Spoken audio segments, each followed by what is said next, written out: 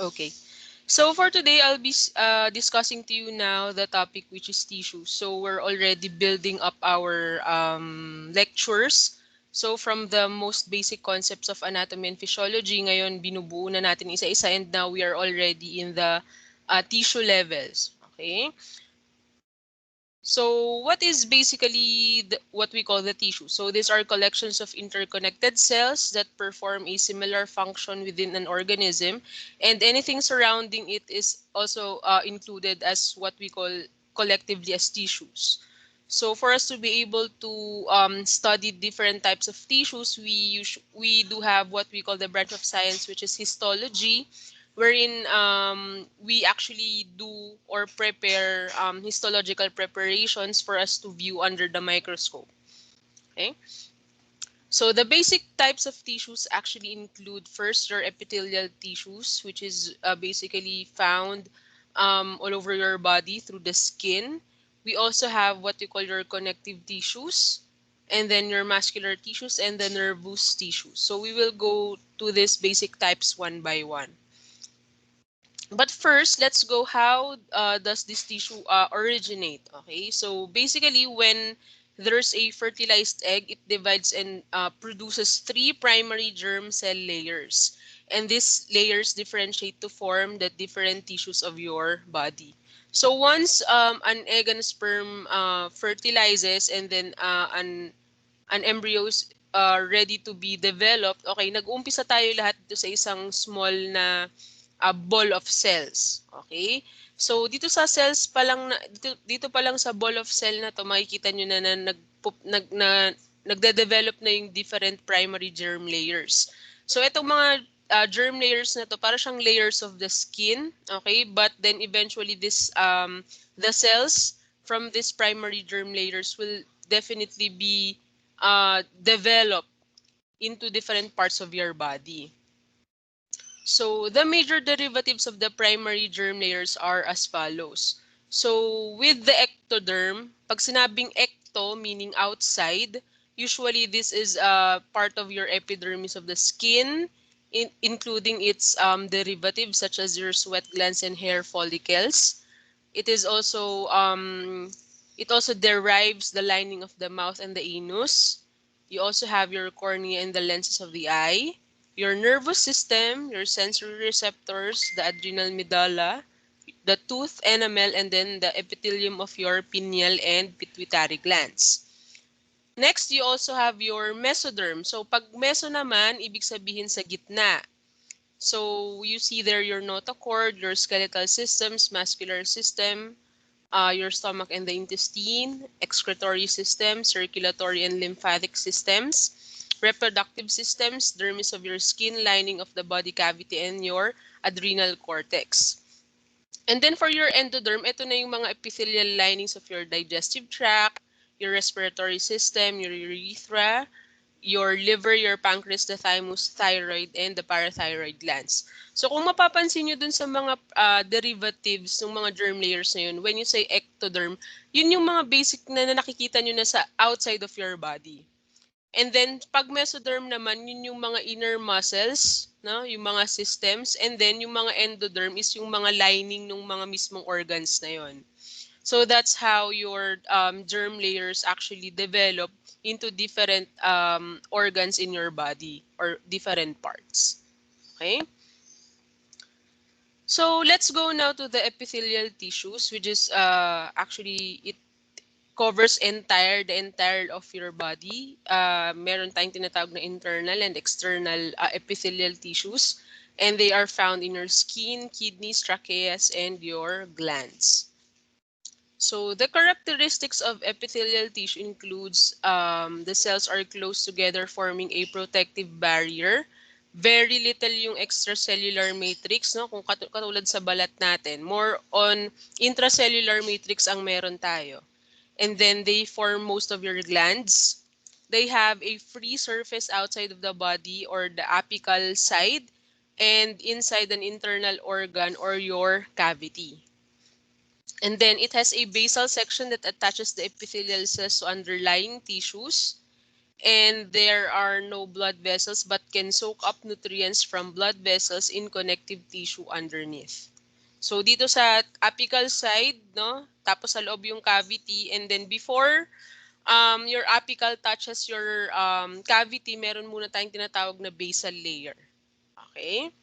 And then you can have lots of nerves in it. So meaning innervated, ibig sabihin maraming nerve endings. Medyo sensitive siya when it comes to um, yung pagre-respond si stimulus. And then it is very good at regenerating itself. Like for example, if you develop sunburn or skinned knee, or yung nadadapa kayo tapos nagagasgas yung balat.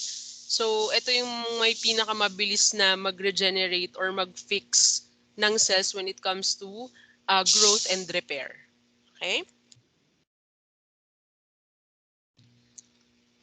So this is an example of your epithelium. Okay, you will see there your free surface. Pag sinabing free surface, guys, yan yung nasa pinakalabas or yung nakikita natin. And then you have there your flattened nucleus or the cells which has the nucleus inside it. And then you have your basement membrane. So the free surface is at the bottom of it, you see the basement membrane before you touch the connective tissues underneath. So, yung mga images na nakikita nyo sa kanan ng screen nyo, yan yung itsura nila under the microscope. So, if you have the surface view, makikita nyo na yung cells of your epithelium is usually parang um, more on the circular, no? At saka irregularly circular yung itsura niya. And then nakikita niyo yung cells doon na violet. That's the nucleus. Okay? And then kapag ka-cross-sectional naman, for you to be able to appreciate the layers, makikita niyo yung nucleus sa pinakaibabaw. And then you see there the basement membrane before you get to see the connective tissues and of course your capillaries. Okay? So the functions of the epithelial tissue includes first protection, of course. This is protection from radiation, desiccation, toxin, invasion of pathogens, and of course, for physical trauma. Next, we have the regulation and exchange of chemicals between the underlying tissues and the body cavity. You also have secretion of hormones into the blood vascular system. Meron din tayong tinatawag na secretion of your sweat, mucus, and enzymes. And of course, other products that are delivered by the ducts and the glandular epithelium. Next, you have your sensation. And then you have the absorption like for the stomach and the intestinal lining. It is also very helpful when it comes to filtering in the kidneys. And then, of course, forms your secretory glands. So, the classification of epithelial tissues are based on different characteristics. Okay, so first one you have according to the thickness. So first one you have the simple, which means one cell layer. So isang layer lang ng tissue yung nakikita natin or isang layer lang ng cells yung makikita. And then you have your stratified, which is comprised of more than one layer. So ito yung patong-patong yung mga cells mo. Okay? So what we have there as an example for your simple would be your squamous epithelium, and then for your stratified, you have your stratified squamous epithelium. And then next, they can also be categorized according to shape. You have your squamous, which is more likely wide than tall. So kapag ka sinabing squamous, mas malapad siya kaysa mas mataas. Pag cuboidal naman, mas mataas siya. Tas ganun din yung wide niya. Kumbaga, yung taas at saka yung lapad niya is the same. So more likely it follows a square type shape of cell. Okay? And then you also have your columnar, which is taller than wide. So ito yung mga mahahaba. Okay? So, ayan, kung makikita nyo dito sa screen nyo yung images. So, this is actually how the different types of cell looks like. Okay? And then we have what you call a pseudostratified. this is a modified form of the simple epithelium. Kaya siya tinawag na pseudo-stratified. It's because pag sinabi kasing pseudo, false. Okay? Mukha siyang stratified pero hindi talaga. Okay? Nagmumukha lang siya dahil patong-patong yung cells. But basically, the pseudostratified epithelium, from the basal membrane hanggang papunta dun sa apical region or the free surface, hindi sila patong-patong. Okay? And then next, you have your transitional. This is a type of stratified epithelium which is roughly cuboidal to columnar when not stretched and squamous-like when stretched. So kapag sinabing transitional naman, different types of or different shapes of epithelial cells are being found there. Okay?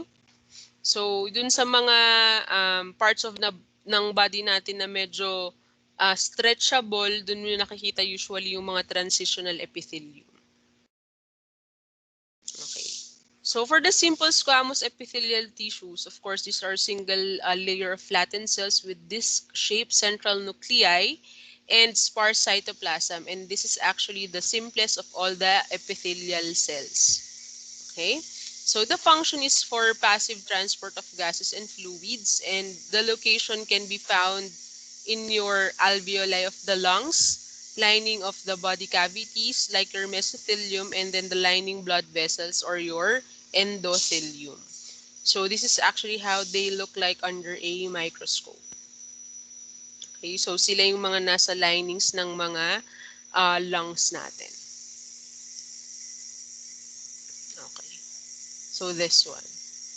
This is an image of the simple squamous epithelium na, again, you have your free surface at the top, and then in the middle, the violet ones are your nucleus. You have your basement membrane, and then, of course, your connective tissues.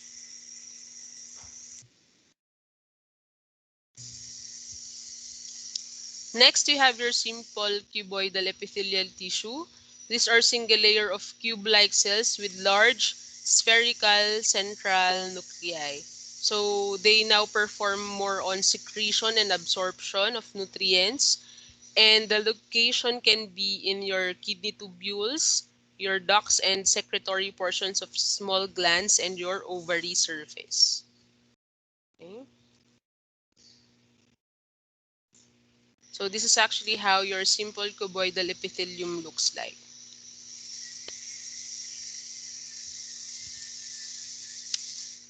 Next, you have your simple columnar epithelial tissues. So you have there a single layer of tall cells with round to oval nuclei. And then there are actually two types. The first one will be your ciliated columnar epithelial tissues. So ibig sabihin ito yung may mga cilia, okay? Meron siyang mga hairs on its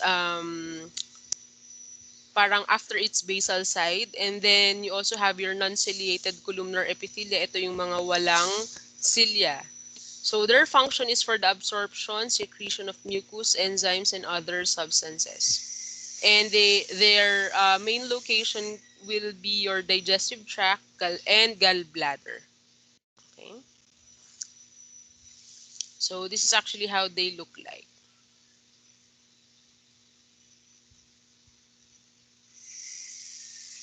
So basically, you see there also what you call your goblet cells, right? So they are the types of cell that actually helps when it comes to the generation of mucus. Okay. Next, you have your stratified squamous epithelial tissue. So this is a multi-layered type of squamous epithelia. Its surface are squamous, and then the basal cells are cuboidal and divided constantly. So they are used for protection, and they are found in your oral cavity, your cervix, and your anal canal. Okay. Okay, so this is actually how they look like.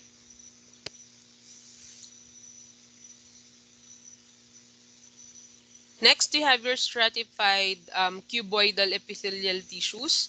Generally, two layers of cube-like cells for protection. They can be found in large ducts of your sweat glands, your mammary glands, and your salivary glands. This is how it looks like.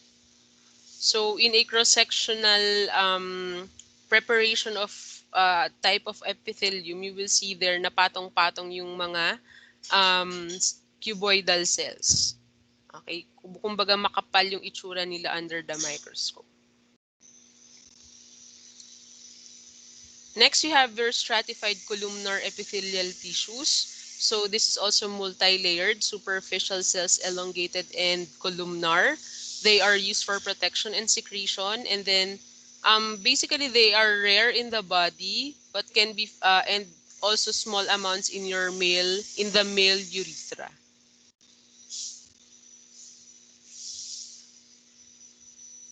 Okay. So next you have your pseudostratified columnar epithelial tissues. So these are single cell layered, all cells attached to the basement membrane but not all reach the free surface. So ito yung sinasabi ko sa inyo kanina na kaya siya nagiging pseudostratified columnar epithelial kasi mukha siyang patong-patong na cells. Pero hindi talaga ganon. Nakadikit pa rin sila lahat sa basement membrane. Yung iba nga lang na cells, hindi na siya umaabot dun sa free surface niya. Okay. So their function is for secretion of mucus, propulsion of mucus by ciliary action, and it lines your trachea. Okay. So this is how they look like. Next, you have your transitional epithelial tissues. They are characterized by dome-like cells that are neither squamous nor columnar. The form of the cells actually changes. Ito yung because of their ability to stretch. Okay? And they are also used for protection. So the location would be your bladder and a part of your urethra. Okay? Di ba kasi kapag umiinom tayo ng tubig, sabi nga kanina ang mga transitional epithelia is dun sa mga body parts natin na nai-stretch talaga. So sila yung type of epithelial tissues na nakikita sa mga ganong parts of the body.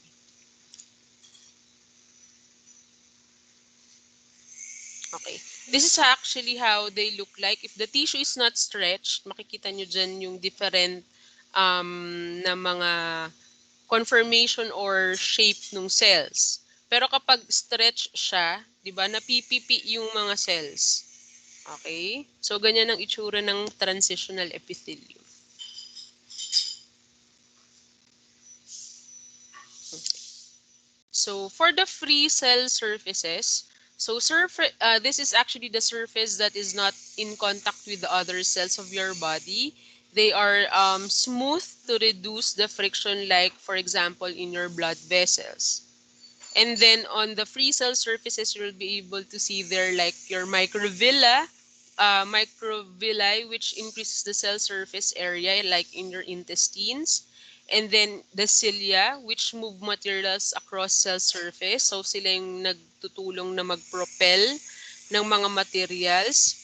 And then you have your stereocilia. These are specialized microvillus that superficially resembles a cilium and projects from the surface of certain cells.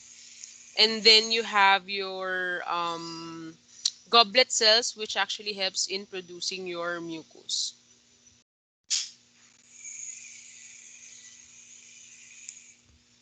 Next, you have our cell connections. So first, paano nga ba nagkakaroon ng pagbabind ng mga cells and how do they communicate with each other? We have what we call your cell connections. So first, you have your tight junctions. This bind adjacent cells together. For example, in your intestines. You also have your desmosomes. Okay, yung tight junction, yung kulay violet, para siyang connector nila. And then the desmosome, yung blue-green yung color sa image, it is the mechanical link that binds the cell. And then you have your hemidesmosomes that bind cells to basement membrane.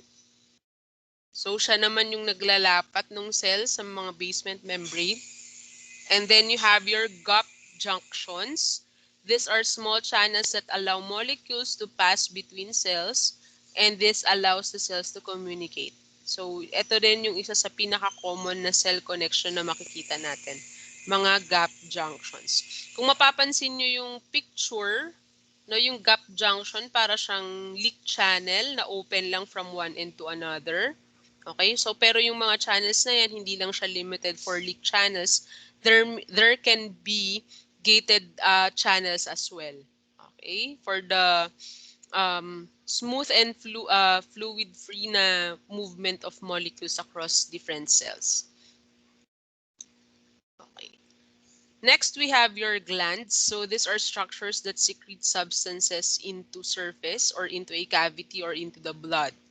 So with the glands, you have two types. The first one would be your exocrine gland. Okay, so these are gland with ducts. And examples would be your sweat or your oil glands.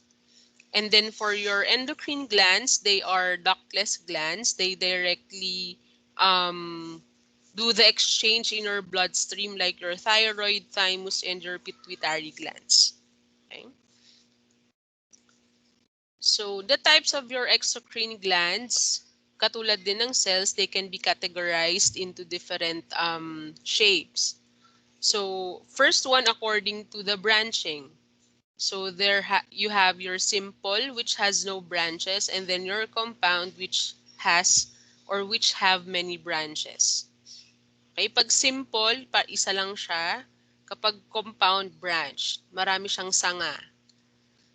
And then, according to shape, you have your tubular. The end of the ducts is like a tubule. It can be straight, it can be branched or coiled.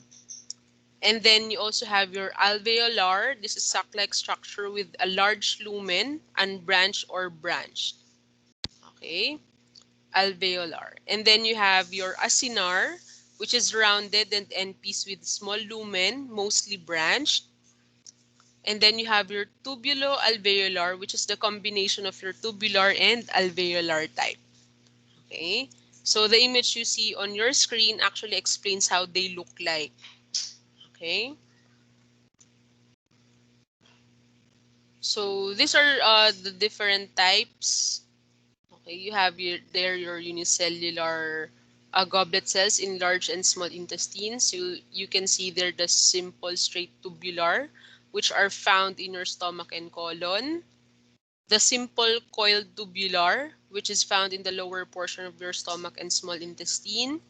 You have the simple acinar or alveolar, which forms your sebaceous glands of the skin.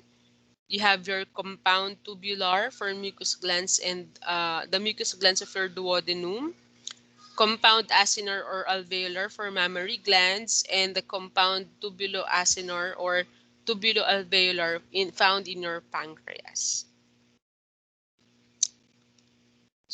Next, we have here the types of your exocrine glands.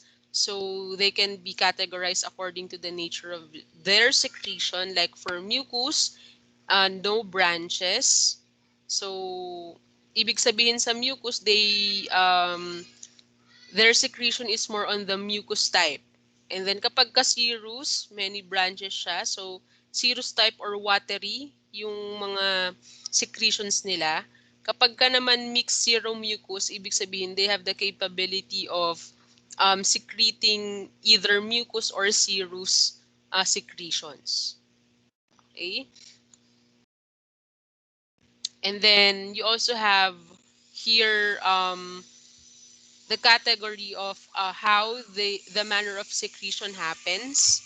So the first one you have there your merocrine, and then you have your apocrine, you have your holocrine, and then the cytocrine. Okay? So I'll explain this later. Kung paano ba nangyayari yung merocrine, apocrine, holocrine, and cytocrine. Okay? So this is actually how a close-up look. This is a close-up look of how your glands look like. So first, you have there your ducts and your secretory portion. Usually, yung secretory portion nila, yun yung lower part.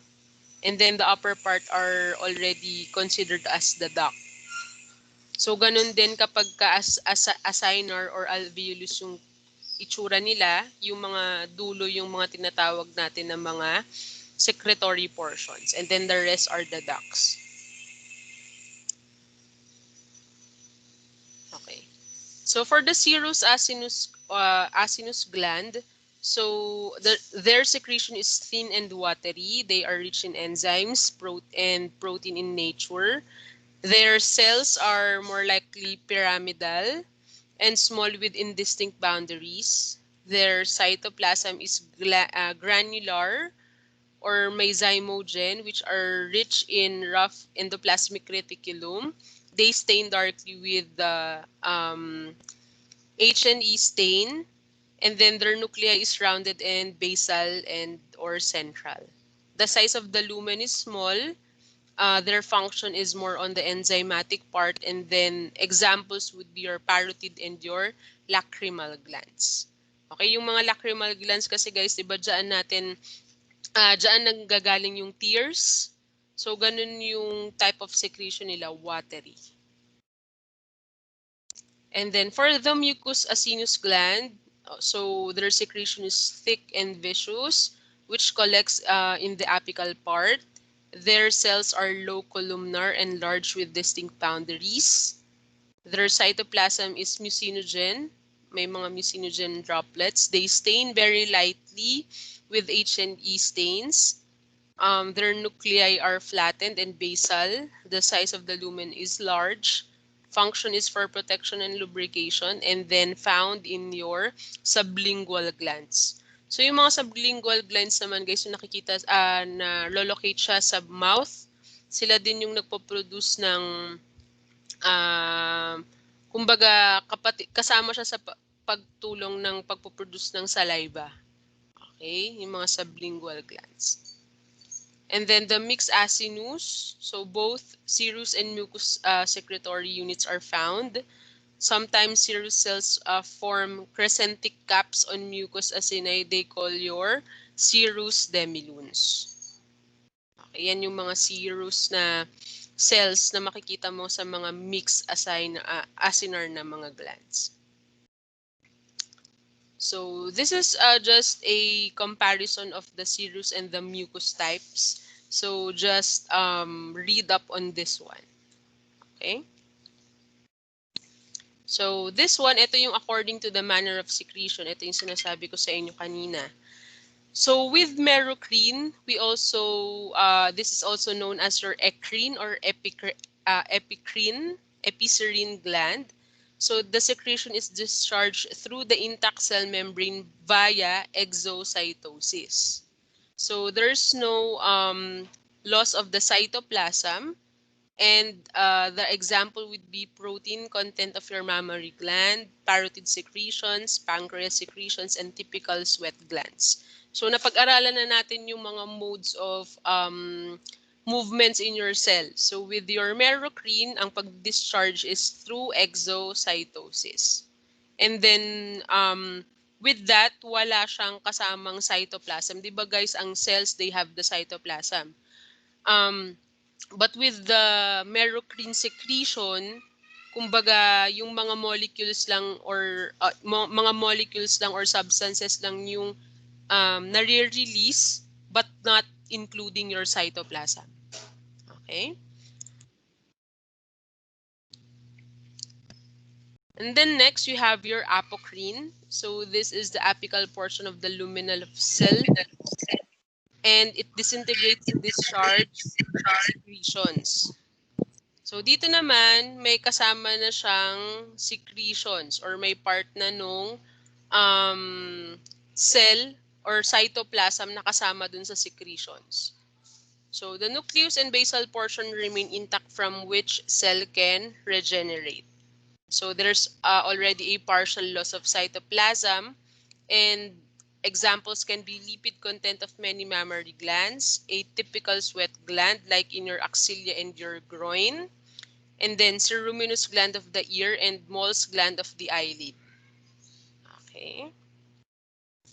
Ayan. So yan, kapag ka-apocrine, ito yung medyo namamasama-sa na mga part, no, yung mga singit, mga kilikili. So may kasama ng cytoplasm yung pagre-release nila. And then next we have your holocrine. This type of or manner of secretion includes the entire cell being disintegrated to discharge your secretion. And then it results in cell death and of course complete loss of your cytoplasm. Like what's found in your sebaceous glands and the tarsal glands of your eyelids. So ito naman complete. Kung kanina partial, ngayon naman complete na yung cell na nare-release. Okay. So, ganyan yung itsura nila pag merocrine, holocrine, and apocrine. Okay? So, ganyan yung differences nila.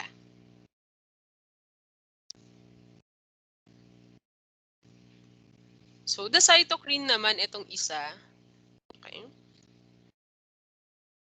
So, cells are released as secretion. So, for example, you have your spermatozoa from your testes and the ovum from your ovary and of course your bone marrow. Kumbaga, isang buong cell na, okay, yung nare-release. Like your sperm and your egg. Next, we have your endocrine glands. So, ito naman yung mga ductless secretory glands.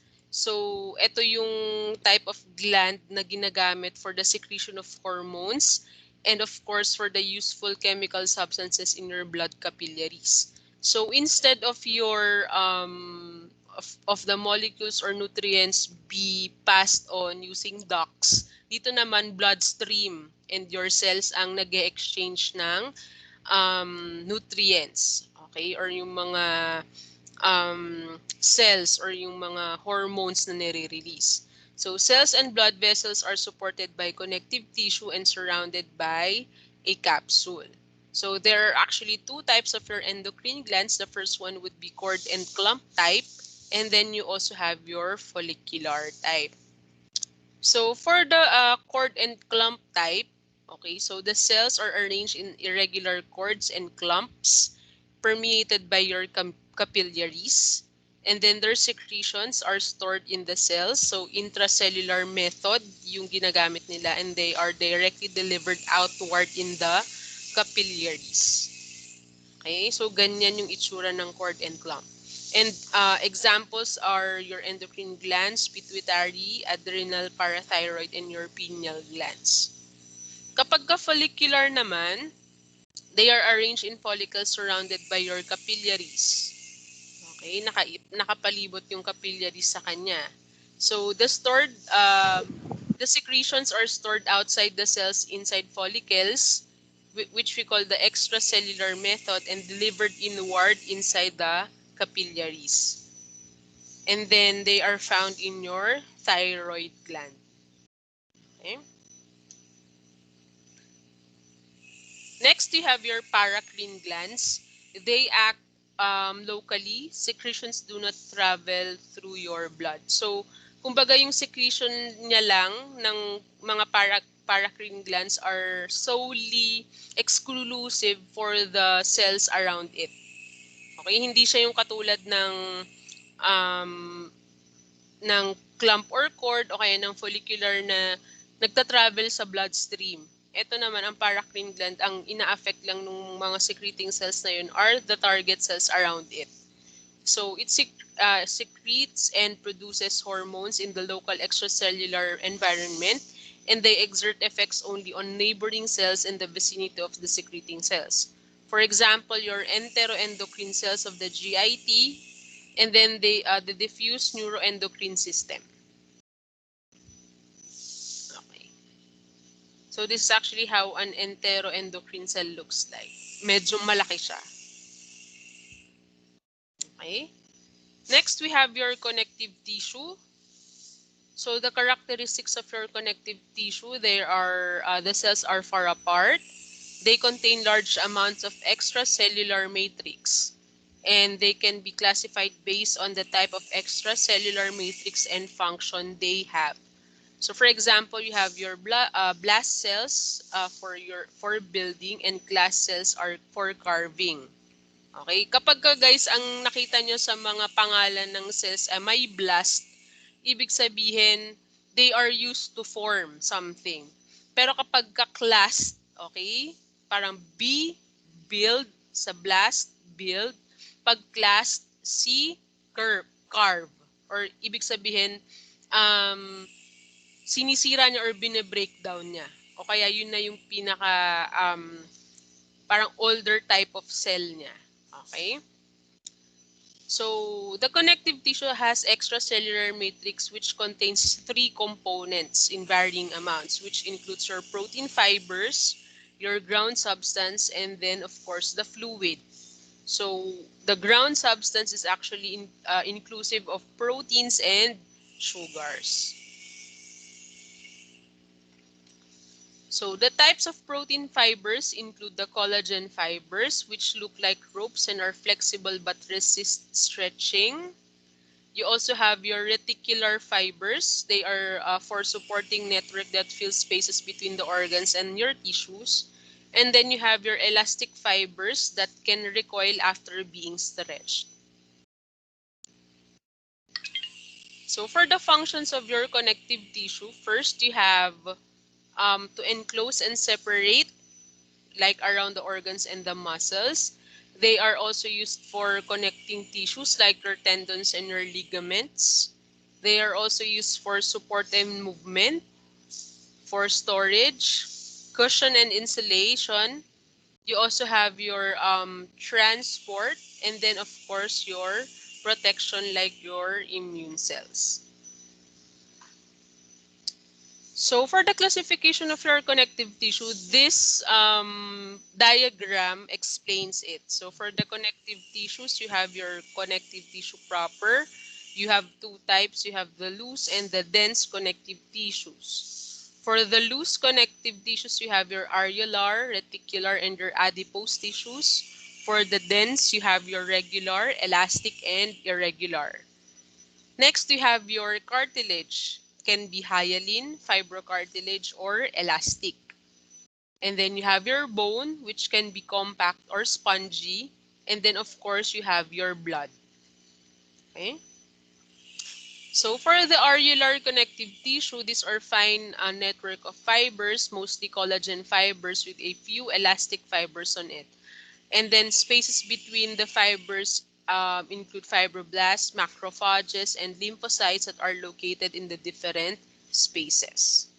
So the function is for loose packing, support, and nourishment for the structures with which it is associated. So they are found widely distributed throughout the body. So kung makikita niyo dito sa picture, you have there the nucleus. Usually talaga violet stained siya, even if you observe it under the microscope. And then you see there your elastic fibers, yun yung mga mas darker colored na mga strips or mga parang strands of hair yung itsura niya. And then the collagen fibers are pink in color and mas mataba siya compared to your elastic fibers. Okay? Next, you have your adipose connective tissue. This has little extracellular matrix surrounding cells. The adipocytes or fat cells are so useful of lipid that the cytoplasm is pushed to the periphery of the cell. So the function is the packing material, thermal insulator, energy storage, and protection of organs against injury from being bumped or jarred. Okay, so ang itsura talaga ng fat cells, guys, ay ganito. Para siyang walang laman. But the cells are, kumbaga yung pinaka-nucleus nila, nakikita siya sa gilid and then iisa lang.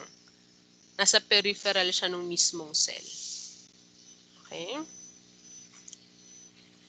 Next, we have your reticular connective tissues. These are fine network of reticular fibers, irregularly arranged. They provide superstructure for lymphatic and homopoietic tissues. They are located within the lymph node, spleen, and the bone marrow.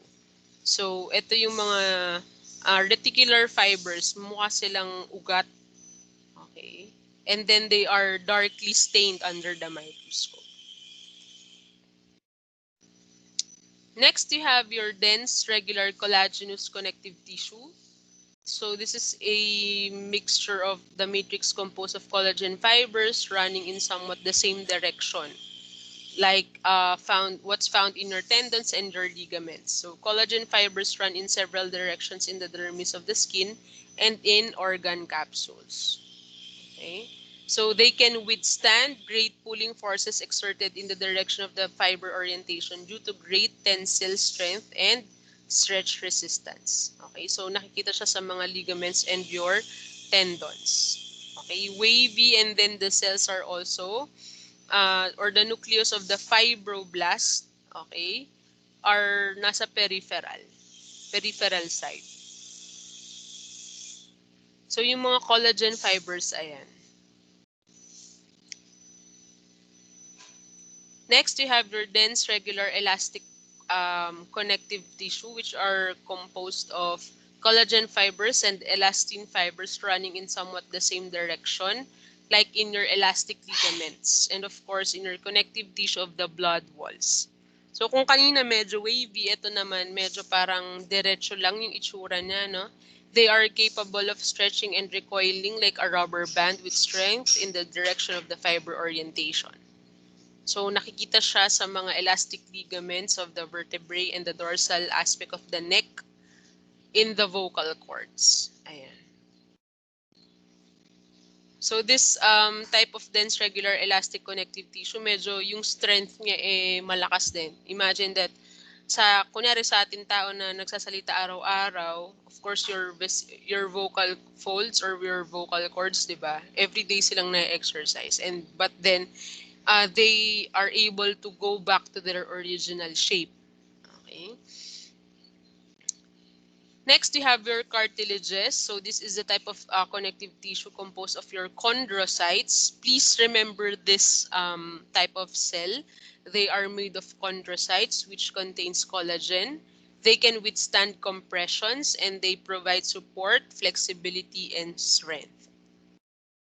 So the different types, first you have your hyaline cartilage. So the structure includes your collagen fibers that are small and evenly dispersed in the matrix.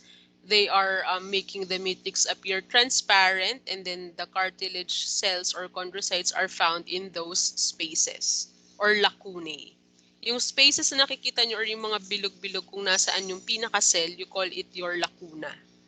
And then yung darkly stained, okay, nakikita niyo yung mga nucleus, yun yung mga chondrocyte sa loob.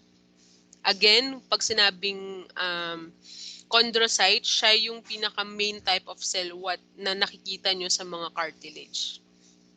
Okay?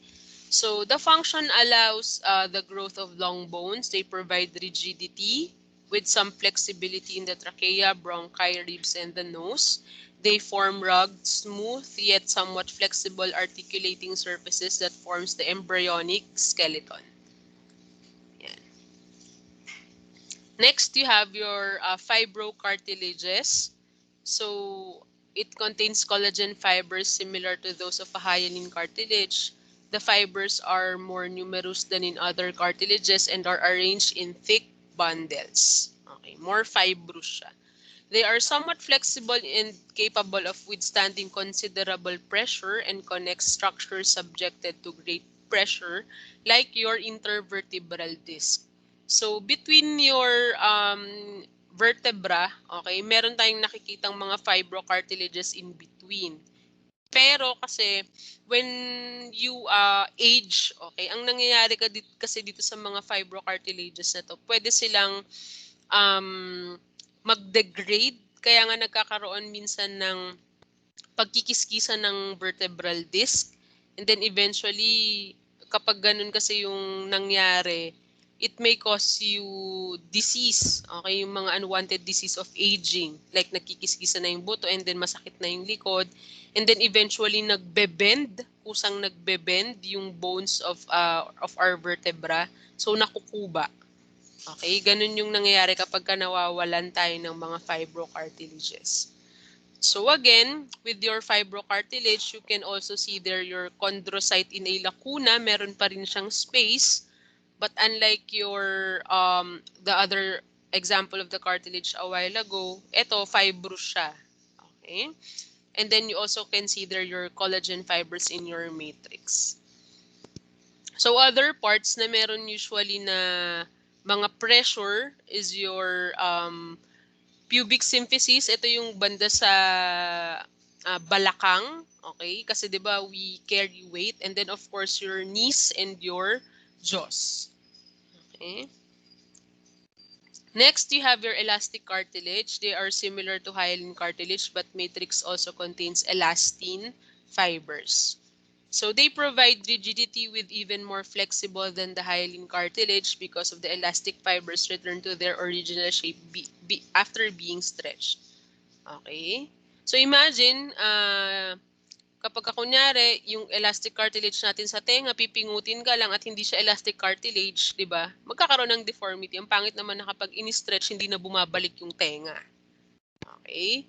So even with your epiglottis and your auditory tubes. So meron silang capability of going back to their original shape. So with the elastic cartilage, makikita nyo pa rin yung chondrocyte in the lacunae. Okay? So mapapansin nyo naman talaga na medyo malaki yung lacuna ng mga elastic cartilages. Okay? So next, we have your bones. Okay? So for the bones, you have, this is actually a type of hard connective tissue, and there are two types. You have your compact and your spongy. So your bones naman, kung sa cartilage, you have your chondrocytes. For the bones, you have your osteocytes as your main types of cell. So for the compact bone, ang compact bone kasi guys, they are hard, bony matrix, and they are predominantly found in an adult or well-developed human being already. Okay? So kapag ka kunyari,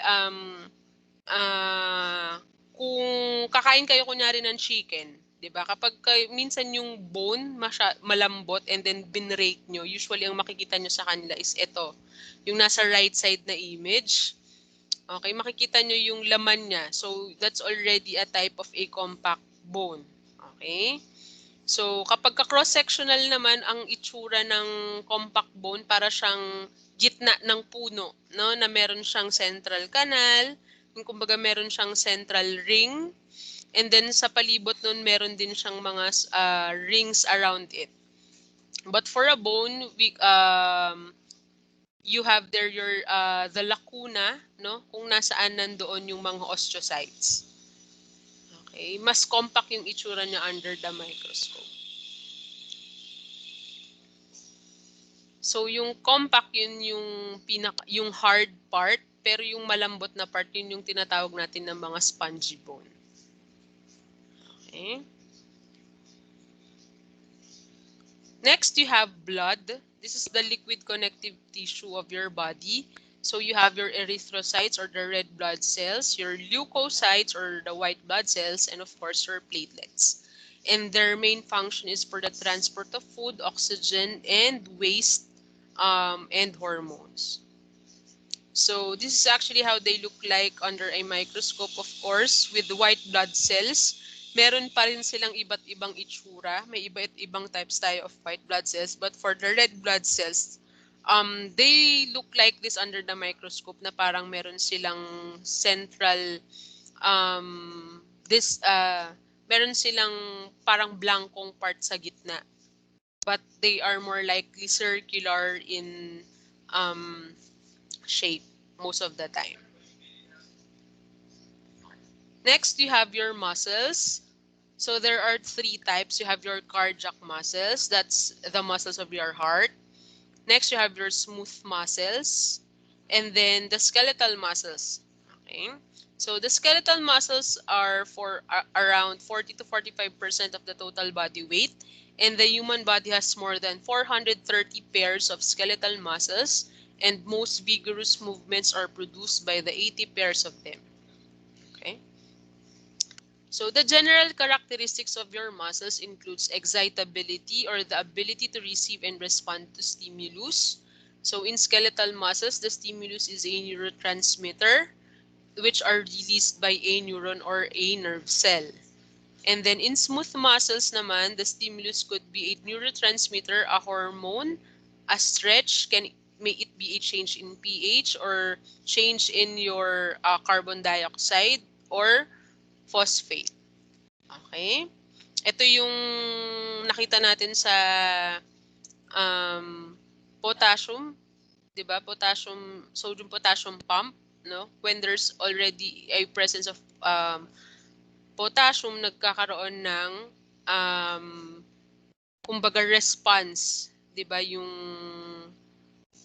pump na yon in relation to the relaxation or excitability of the muscle. And then next, you have your cardiac muscle. The stimulus could be a neurotransmitter, a hormone, or a stretch. Okay, so iba-iba yung ways on how this on how your muscles can move. Okay, maraming pwedeng mag-trigger ng movement or excitability sa kanila. And then the response is the generation of an electrical impulse that travels along the plasma membrane of your muscle cells. Next, you have contractility. So the ability to shorten forcibly when adequately stimulated, and this is the defining property of a muscle tissue. Next, you have your extensibility or the ability to be stretched. And then your elasticity, the ability to recoil and resume original length after being stretched. So for the functions, you have movement, locomotion, maintains posture, produce heat, facial expressions, pumps blood, and of course for peristalsis. So the three types of muscle tissue, you have your cardiac muscle, and then the skeletal muscle, and then the smooth muscle. For the skeletal muscle, these are the structures or the skeletal muscle cells or fibers appear striated or banded. The cells are large, long, and cylindrical with many nuclei. Okay, ito. So may bands, striated sila, and then marami siyang cells, okay, along it. So they function as the movement of the body under voluntary control. Next, you have your cardiac muscles. Sa cardiac muscles naman, they are also cylindrical and striated, pero they have a single nucleus. But then again, they are branched and connected to one another by intercalated discs, which contain gap junctions. And then the function is it pumps the blood under involuntary or unconscious control. So most likely found in your heart. Okay. And then next, you have your smooth muscles. The smooth muscle cells are tapered at each end and are not striated and have a single nucleus. So they regulate the size of your organs, forces fluid through tubes, controls the amount of light entering the eye, and produces goosebumps in the skin under involuntary or unconscious control. So they are found in hollow organs such as the stomach and the intestine, the skin, and your eyes. So I have a question for this different types of muscle. So may, 'di ba sabi dito ang skeletal muscle, they have cells that are large and long with many nuclei. And then dito sa cardiac muscle, meron silang they are cylindrical and striated and have a single nucleus. Ang tanong ko, bakit kaya ang puso hindi siya napapagod unlike your muscle cells? Can somebody answer? Kung alam nyo kung bakit ba ang heart hindi napapagod, 24/7 it's beating, pero hindi siya nagkakaroon ng fatigue, unlike your muscles na kapag overused or overwork ay nagkaka-fatigue. Kumbaga, nagkakaroon ng limit.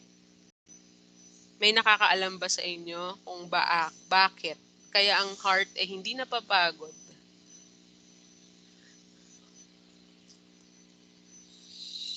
Okay. So, assignment niyan guys ha. Kung walang nakakaalam sa inyo sa ngayon, please research why ang heart muscles or your cardiac muscles ay hindi nag-undergo ng fatigue unlike your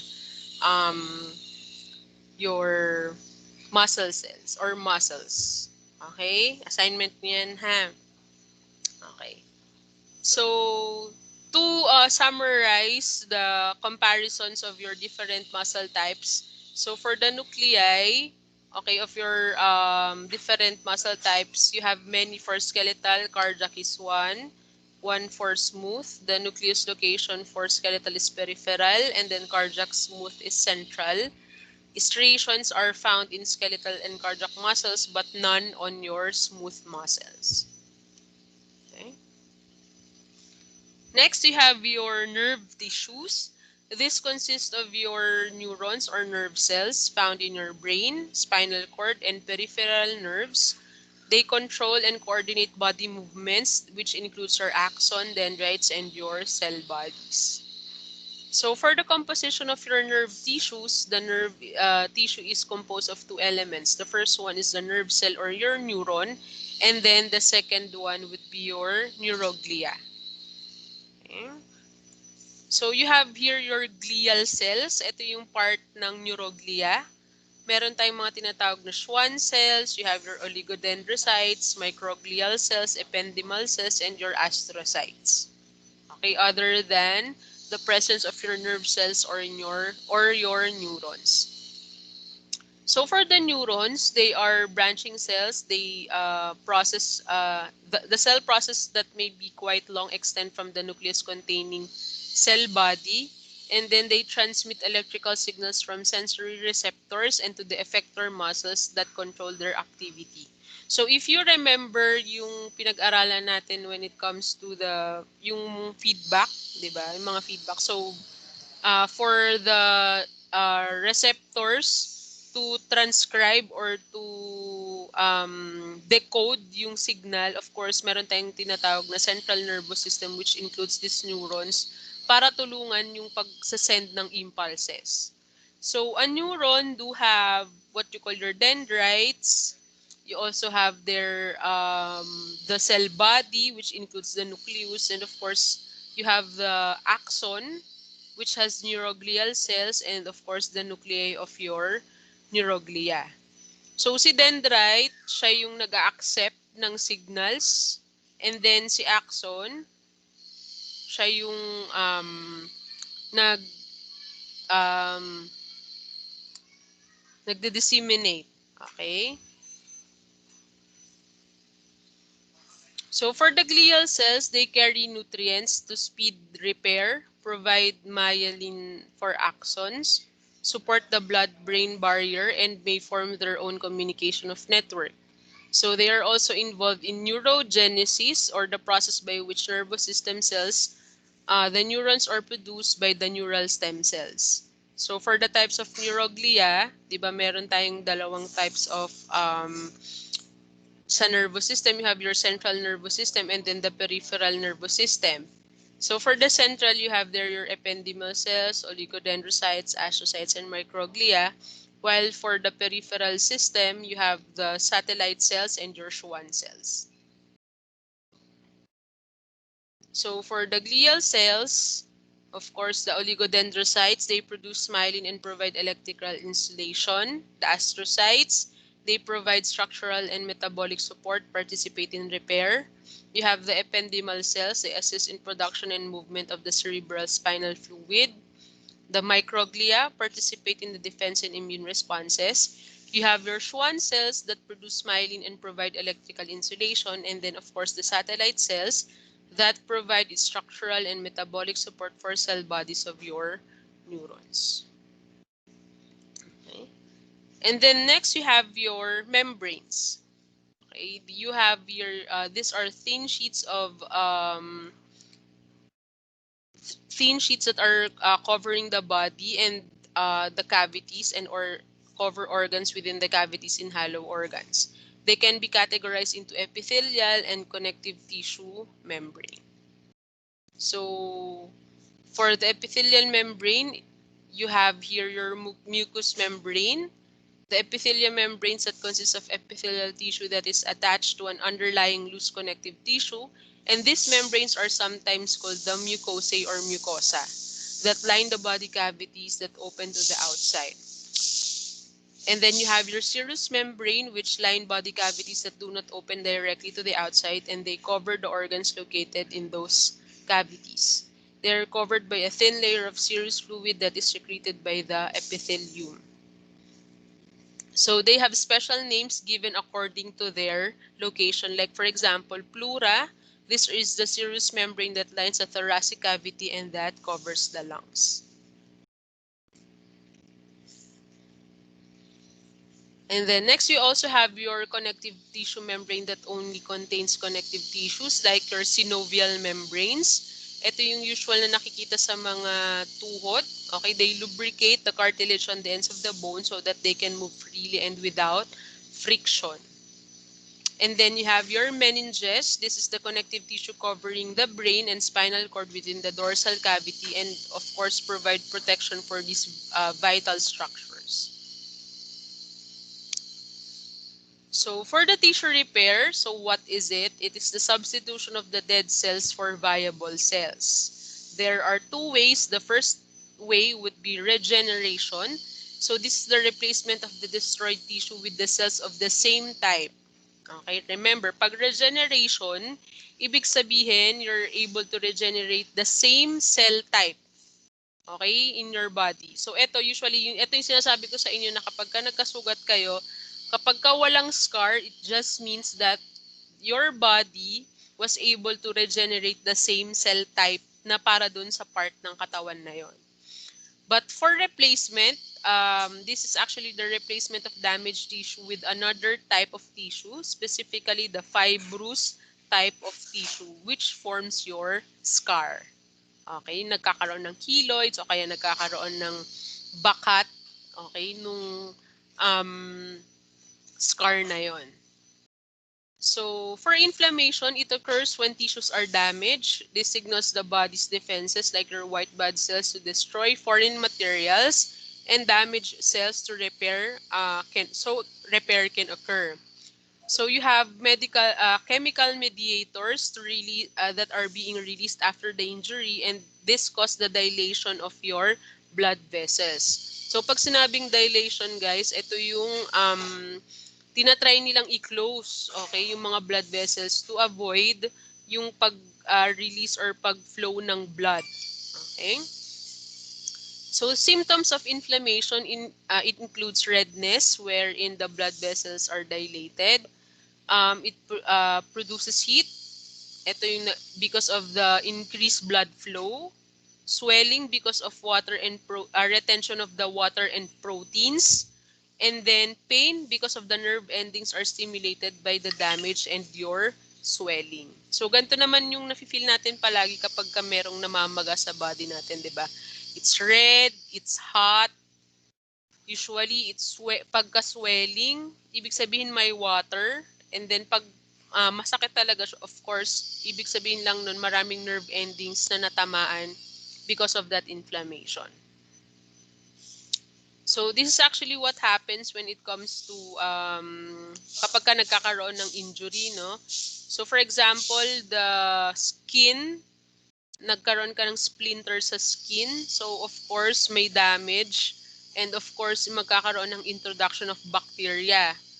So ang nangyayari ngayon dyan, the first one, chemical mediators of the inflammation are released or activated in the injured tissue and adjacent blood vessels. So some of the blood vessels rupture causing bleeding. Okay, yung number one. So yung mga chemical mediators na yon, yun yung unang nag-act dun sa injury. And then second, the chemical mediators cause capillaries to dilate and the skin to become red. Chemical mediators also increase capillary permeability and fluid leaves the capillaries producing swelling. Okay, so kapag ka nag-swell.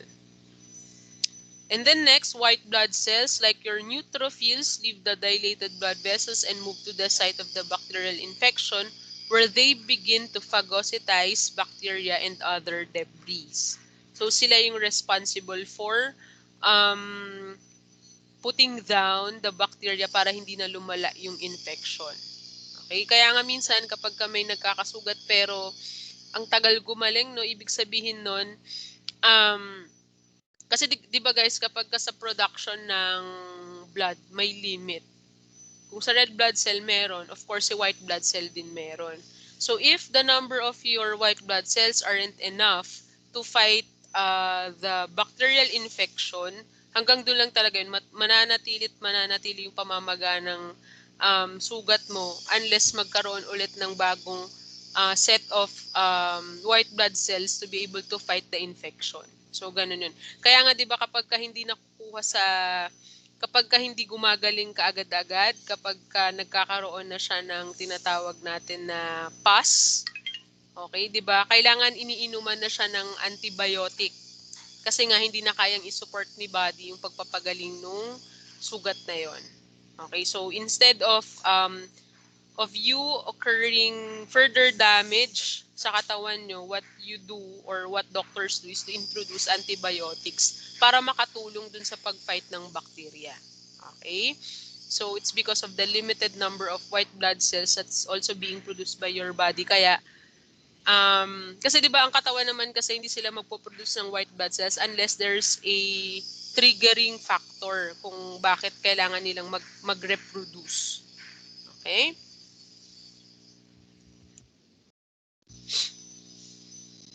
Okay. So, ganito yung itsura niya kapag fresh wound cuts through the epithelium. So, ito naman yung pagkagagaling na yung sugat. So, magkakaroon ng blood clot, di ba? And then, scab. Itong scab yung parang nato yung blood. Di ba? Ganun sa sugat, yung parang pag nag-brown na yung itsura niya. Yan yung tinatawag na scab. And then, of course, you also see there your macrophages migrating to the wound. Pag macrophage, they still attack bacterial infection. And then, of course, the fibroblast. Diba, kapag ka-fibroblast, they tend to cover up the wound. Ito yung mga cells na nagko-cover ng wound. Nagmamigrate sila doon. Until magkaroon ng growing of the new epidermis. So, approximately 2 weeks after the injury, the epithelium has grown completely into the wound and fibroblasts have formed granulation tissues. Ito na. Proliferate na yung fibroblast. And then, granulation tissue being replaced with new connective tissues. So, pinupush na niya yung scab. Unti-unting nawawala yung scab. Approximately after 1 month after the injury, the wound has completely closed, the scab has slowed, and then the granulation tissue is being replaced by a new connective tissue. Okay. So this is the process also, no, how bacteria and other pathogens are being phagocytized by your white blood cells to avoid further infection. Ayan. So sila yung mga unang-unang mga chemical reactors. Okay. Kumbaga sa emergency sila yung mga unang-unang yung mga ambulance, no, na pumupunta mismo dun sa injured site para mag-take action agad dun sa entry or introduction ng bacteria sa sugat. So for the summary of the repair and process, again, there are 3 steps. First, you have your inflammation, which prepares the area for the repair process. It allows the white blood cells and plasma to seep into the injured area and forms a clot and holds the wound together.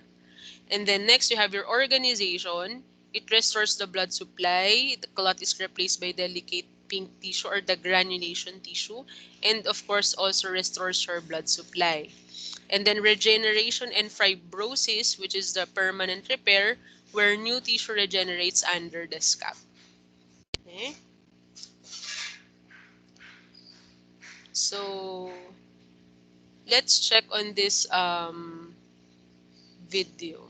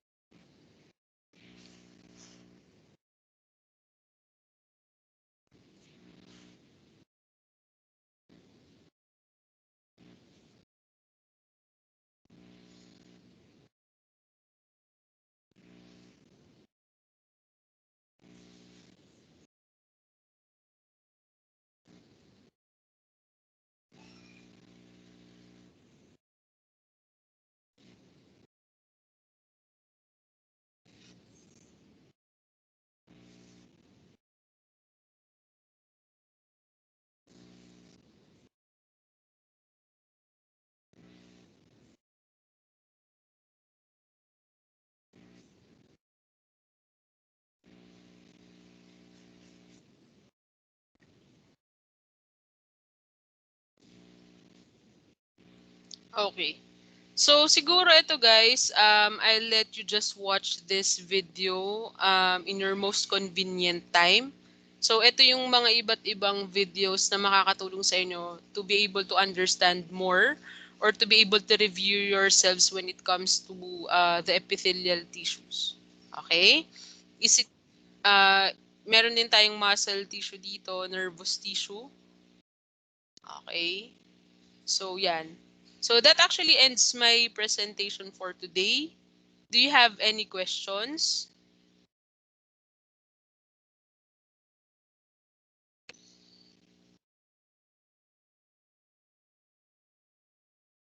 Guys, do you have questions about my lecture for today?